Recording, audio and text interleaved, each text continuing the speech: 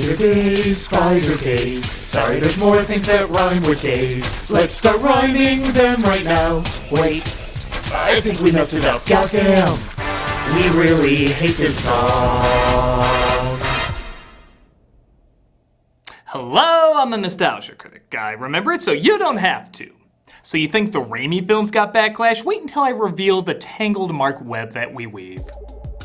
With Spider-Man 3 disappointing many fans and even the filmmakers themselves becoming frustrated, Sony decided no more films were gonna come out of this universe. But there was a problem. Sony's rights to the Spider-Man character required a movie to be made every 5 years if they wanted to keep them. Which meant the long time span usually provided between rebooted franchises like Batman and Superman was cut pretty damn tight from 2007 to 2012. Let's be honest, not giving enough time for people to put the old Spider-Man franchise behind them and crave a new one. Which is why I have the controversial thought. Okay, not hugely controversial. Okay, honestly not controversial. Pretty much, yeah. I think that... Hello, Mr. Internet. You're gonna regret it. I told you before, I'm not gonna lie. You're gonna regret it. Look, I'm hired to give my honest thoughts and a unique point of view, and that's what I'm gonna do. Your funeral. I think Amazing Spider-Man is a fascinating movie. You can't say that!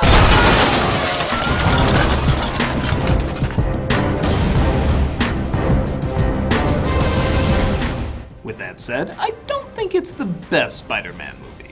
Into the Spider-Verse has blown them all out of the water. The MCU films might be slow burning to the big stuff, which I'm down to wait for. And rewatching the Raimi films, I do find a new appreciation for them, particularly with 2.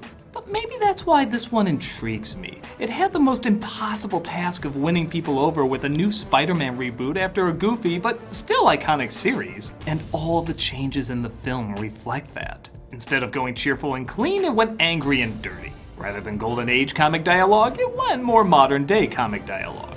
It brought back the writer of Ordinary People and allowed him to write a screenplay more like Ordinary People. The main character just happened to be a superhero. At the time, there were a lot of audiences that were happy to have a more grounded Spider-Man flick, especially with other comic book movies going that direction. But the hate boner erected quick, and soon die-hard fans declared if you liked anything in this, you were betraying the sanctity of the franchise. Now dig on this. Clearly this was the one step too far. But I will admit, the same way I was asking people to see how I could find the originals too corny, shouldn't I also see how people could find this too safe? Yes, it's more real, but doesn't that suck out the uniqueness of Spider-Man going all in big like the comic did? I will always remember the iconic imagery from those films, and here I have Lizard Voldemort and webbed dicks. Whether you love it, hate it, or somewhere in between, I find it intriguing because it begs the question of what should a comic book movie lean more towards, a comic book or a movie? Well, let's look at the first of these Mark Webb films to get an idea. This is the worst thing to ever happen to Spider-Man! So I'm told! This is Amazing Spider-Man. We start with a flashback of Peter Parker as a little boy, whose parents take hide-and-seek very seriously. Next, we're gonna play charades Blindfolded. But it looks like somebody broke in, which means why don't you visit your Uncle Ben and Aunt May for the rest of your life? Doesn't like crust on his sandwiches. He likes to sleep with a little light on at night. He also likes to wear Spider-Man pajamas. Wait, what? Cut to years later as Peter, played now by Andrew Garfield, discovers his parents died in a plane crash and is now a geek, I guess.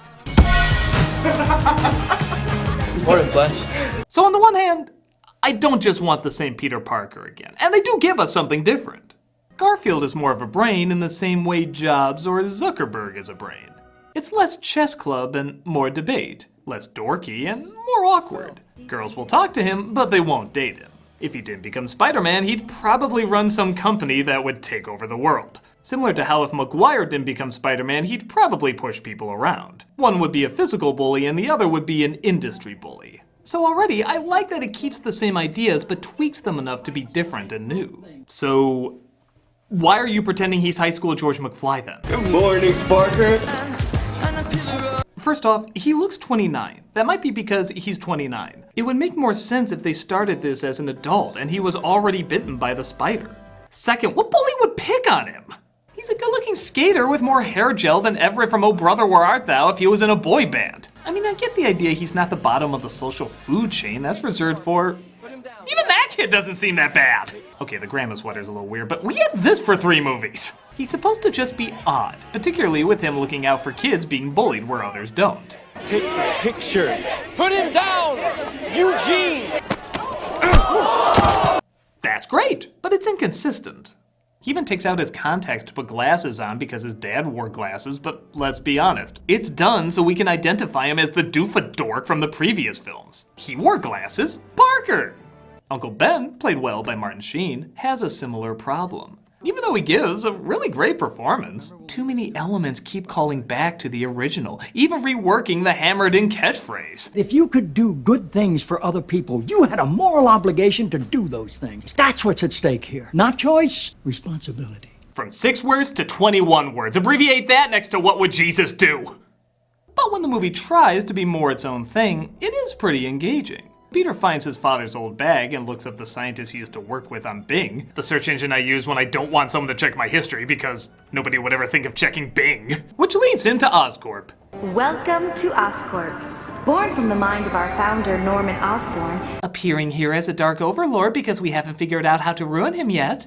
the Oscorp Tower houses 108 floors of innovation. We're especially excited about our evil lizard man division. Honestly, we don't care what we do here as long as the color green is involved. He comes across a girl in his class named Gwen Stacy, played by Emma Stone, who works with Dr. Connors, played by Rhys Ifans. Crossing my fingers I said that right. Damn it! I want to create a world without weakness. Doing a bang-up job there. Gwen figures out quickly, though, that Peter is not supposed to be there. Following me? No, I'm not following you. No, I'm not. I had no idea you worked here. Then why would you be here? I just snuck in because I love science. So the romance between these two always seems to hover in between adorably likable and Jesus, stop the hang-up first shit! I was touching up stuff. You're touching up stuff. I'm not gonna answer that. God, your mom, please. Oh, lovely. Yeah, they were nice. No, they're beautiful. They were like kissing you. You're an amazing kisser. Well, you know, it was good for me too. You always just make it when you're like that close! Peter finds himself in a room of spiders and, spoilers, he bites one of them. Oh, that's right, it's the other way around. Sorry, I see this scene done so rarely. This results in him having a strange reaction to Bums using his head as a coaster. I feel like a lot of people would have a strange reaction to that. Beer! Get your hand off her. I'm trying. Are you freaking kidding me? Who is this guy? He's upset someone's acting rude after he places a beer on someone's head, and somehow he riles everyone up to fight Peter. I wish the spider bit him. I want to see the crazy ass shit he would do. Despite that, I do love this fight because it's basically a comedy of errors. Every move is accidental but works in Peter's favor. I love how he holds up his arm knowing it's pointless, like the coyote waving before he falls, but it actually works with his new powers. I'm so sorry. I learned self-defense on Bing, so like anything on there, if I succeeded, it's completely by accident. This causes him to get home late, upsetting Uncle Ben and Aunt May, played effectively by Sally Field. What? That's a fly, Peter. Why does it feel weird to see Spider-Man acting like a Spider-Man? Bing! Bing will have my answers!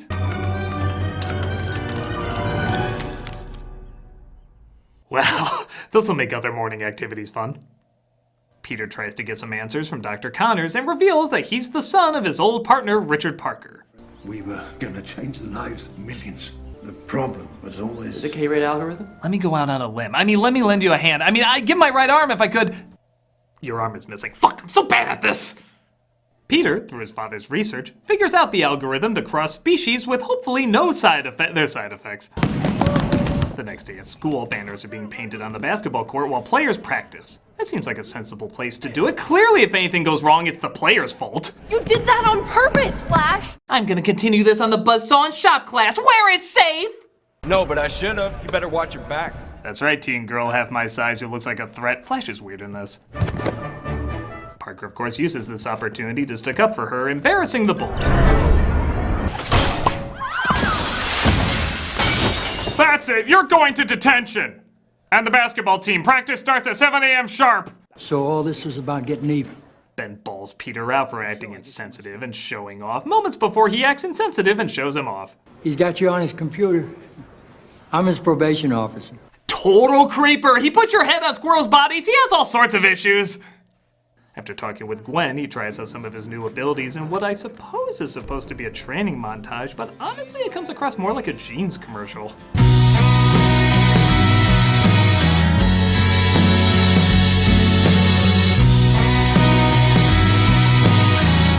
Peter tries the algorithm out with Connors once again, causing him to be late to pick up Aunt May. That's what's at stake here. Responsibility. Where's my dad? He didn't think it was his responsibility to be here to tell me this himself. I like that Peter and Ben's blow-up seems more built up over time, unlike the original where he just kind of snaps out of nowhere. Both their performances feel very justified and believable. Yeah, of course, it doesn't help that it's followed by a Curb Your Enthusiasm bit. You can leave a penny anytime. You have to spend $10 to take a penny. I don't have 2 cents. You can't afford your milk. Just step aside. This is where he takes a baseball bat, starts smashing up all the items, and says, "Too much!" The guy behind Peter robs the place as Peter just watches. Hey, kid, little help? Not my policy. I missed the part where that's not my policy. Oh, God, you see why you need to be your own thing? At least I'm sure they'll do something different with Uncle Ben. Yeah, okay. Tell Emilio I still know he exists. Someone call an ambulance, Uncle Ben! Uncle Ben! The police put a warrant out for the lead singer of Hanson, and Peter becomes completely obsessed with his dead father. I mean, completely obsessed with his dead uncle. He can have 2 dings. Not today, Flash. Hey, come on, man. I just want to talk. It's better, right? I'm sorry. I like that Flash sympathizes with him, again giving the people in this world a little bit more dimension. But did they need to use that reality show gasp sound effect? Your own cookbook. He stops criminals trying to find Uncle Ben's killer, realizing he's gonna need to hide his identity. My God, I was just attacked by El Cruzado! You thought that camera angle would make him look less silly. He crafts his web slingers, practices swinging around, and eventually perfects his Spider-Man costume. Perfects is a kind word. Hey, Aunt May. Yeah, eggs? Organic, got it. Yeah, let's use the real voice he would have with that mask on. Yet he still mumbles less than Maguire.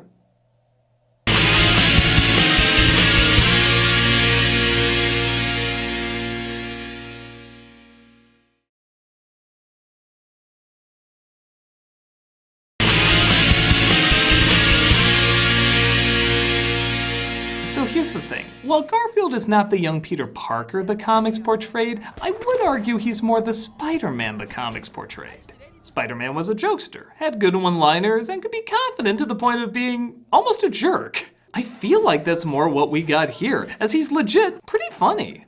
Here's the window. Get out the window. There you go, you got it. I just did 80% of your job. You mother Hubbard. You a cop? Really? I mean, what zingers did Maguire have? Here's your change. It's you who's out, Gobby. Out of your mind. One-liners was not their specialty. It helps maintain the Except for him, that goes without saying. Knock it off, man. No. Spider prick, fucker will nail you in the dick. Aunt May becomes concerned, though, with Peter returning home with bruises. Who does this to you? I want to take karate, Ma! Secrets have a cost. They're not for free. Remember, if you can do good things for good people, you have a moral obligation to— Oh, Christ, how did it go again?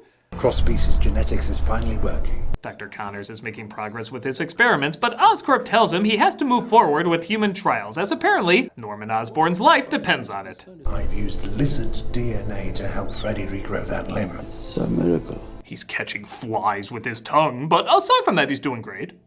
He's shut down, though, because he can't do human trials fast enough, so naturally, he experiments on himself. Meanwhile, Peter is invited to Gwen's house for dinner where he discovers his latest enemy, a police captain who wants Spider-Man arrested, played by Dennis Leary, is his girlfriend's father. We'll just steal that for homecoming. There we go. Did you catch that spider guy yet? He's an amateur, assaulting civilians. I think most people would say that he was providing a public service. Most people would be wrong. It's not even accurate. Batman blows it. He probably saved thousands in property damage alone. I like Peter has to really face off with the pros and cons of being a vigilante, as he ruins a case for the cops following a car thief to bigger criminals. But he turned him in too quickly, not knowing. I also like it only takes one movie to reveal to his girlfriend who he really is. And I'm not gonna lie, it's a pretty hot reveal. Do me. Of course, Connor's experiment goes awry and he starts transforming into the Lizard, a monster who throws cars off a bridge and are webbed off screen. Forgot to schedule a talk with your editor there? Somebody help! Help me, my kid is trapped! And that lizard should really have a snout! I mean, I know it's a nitpick, but look at him, he looks weird! Help! Help! Just a normal guy. With that said, if you tell anyone who I am, I'll kill you. Normal guy, but I will kill you. Jack. I enjoy that around this point, his quest becomes less about revenge, looking for Uncle Ben's killer, and more about helping others. Which, as far as I know, transitioning from revenge to crime fighting is not part of the Spider-Man origin, but I kinda like it. It adds an extra layer. But things heat up when Parker goes to Connor's and discovers his toy lightsaber is transforming him into the Lizard. And even that healed up rat is having a few issues. Narf. Nobody believes Parker that the Lizard is real, so he tries getting a picture for proof, locating him in the sewers. Did you know that you can save 15% or more on car insurance? Well, that's ironic. Down came the rain and washed me out. Peter gets away, but in easily the dumbest scene in the movie, he leaves his name on the camera. Major genius my ass, that's like Clark Kent taking his Superman outfit to be dry cleaned. After a funny and even touching moment where Gwen helps mend Peter, Connors goes more and more crazy, tracking Peter down to his school. Sir, you need a hall pass. The fight scene is fun and leads to one of my favorite Stan Lee cameos, as well as something I bet you never thought you'd see in a Spider-Man film up to this point. A girl do something. Oh, come on. Clearly you should be falling off a building or hanging onto something. That's both. Okay, I'm impressed. The Lizard gets away and we see something else I bet you never thought you'd see in a Spider-Man movie back then. The police kicking ass. Well, how about that, man? We may get a policeman comic coming soon. Nah, shit, we still suck. He releases a gas, turning the cops into lizards as he believes they'll create a stronger race. Gwen starts working on an antidote while the cops knock out Spider-Man in their search for the Lizard. Taking off my mask? Oh shit, they are. Okay, you die, you die, you die, all of you die. Parker, it's headed to Oscorp, and your daughter's there right now. He convinces the police captain to let him go in yet another attempt to recreate the first one. A bunch of New Yorkers band together, at least the crane operators, which there are a lot of, conveniently all on this long stretch, who help Spider-Man swing towards the Lizard. Yeah! You mess with Spidey, you mess with New York! We don't have to say that this time. Oh, thank God! Oh no, looks like Gwen's gonna be the damsel in distress. Clearly everything was better in the other films. That's just good writing. Granted, he did still get the device he needed to turn everyone to lizard people, but she tells her dad what's going on. I don't understand! I do. Your boyfriend is a man of many masks. I get it. We're both written as competent in this. It'll take a little getting used to, but I think it's a good thing. As you'd imagine, fighting the lizard is a difficult task, even for the web slinger. Poor Peter Parker. Picked a peck of pickled peppers. I know, but it's so funny! He's not alone. Thank God I arrived with no backup. I mean, maybe he radioed them in and they're on their way, but time was of the essence, so he had to head up there early. I just want to believe in smart cops in movies! The captain is hurt, but Parker turns Connor's back and they stop the lizard bomb from going off. What's wrong about you, Peter? The city needs you. You're gonna make enemies. Maguire fanboys, mostly. That guy that's been memed a million times? Don't try to understand it. Just promise I won't be a meme in the next movie. I just guaranteed it'll happen, didn't I? Yeah, you did. Fucking internet. The captain dies, and Peter keeps his distance from Gwen, trying to honor his wishes. Oh Christ, we have to go through yet another forced breakup we know isn't gonna last, and the characters are too stupid to figure it out. I made you promise, didn't I? Stay away from me. Okay, this is a comedy show. I have to hold on to some stupid characters here.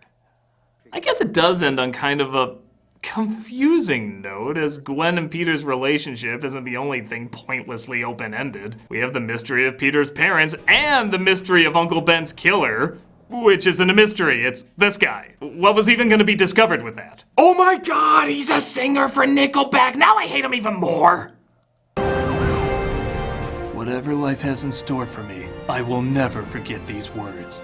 If you can do good things for other people, you have a moral obligation to do those things. That's what's at stake here, not choice responsibility. Just rolls right off the tongue. And that was The Amazing Spider-Man. Is it good? In my opinion, clearly yes. But the previous films are more unique, iconic, and I can see why people would like them more. I get the feeling this film was chopped up a lot in editing, as when you watch the teaser, there's tons of breathtaking shots that make you feel like you're free-falling. And in the film, we get bits of that, but not for very long. The reason I bring that up is, had the film utilized more of those long shots and some of the more colorful sequences, I think we could have had one of the great Spider-Man flicks. It would have helped give it more of an identity. As is, its strength is in its performances and its dialogue, as I really like these characters and want to see them in more good movies. I think Garfield is a great Spider-Man, and while not an authentic young Peter Parker, he is still an interesting young Peter Parker. Remember, he does evolve in the comics from a dweeby teen boy to a strong, confident man. And I just get that latter half much more from Garfield than I do Maguire. If somehow we could have Maguire as young Peter Parker and Garfield as older Peter Parker, I think we'd have a perfect combo there.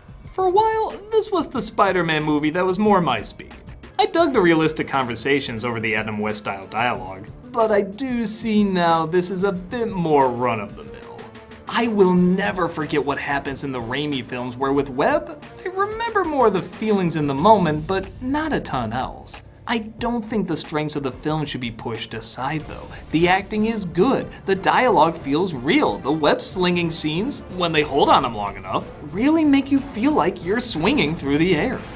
After all the other superhero films and even Spider-Man films that came out after this, I can definitely see why some couldn't get on board with this flick. But it's still worth acknowledging what worked in it, especially knowing the time frame and limitations they had to work with. Is it amazing? I guess not. But in my opinion, it's still a decent Spider-Man. And that's the end of March, so that's the end of Spider-Month. Thank you all so much for watching. I mean, I guess I could go one day more, but it had to be like something really special. I mean, something really big. It had to be the absolute worst Spider-Man movie ever made.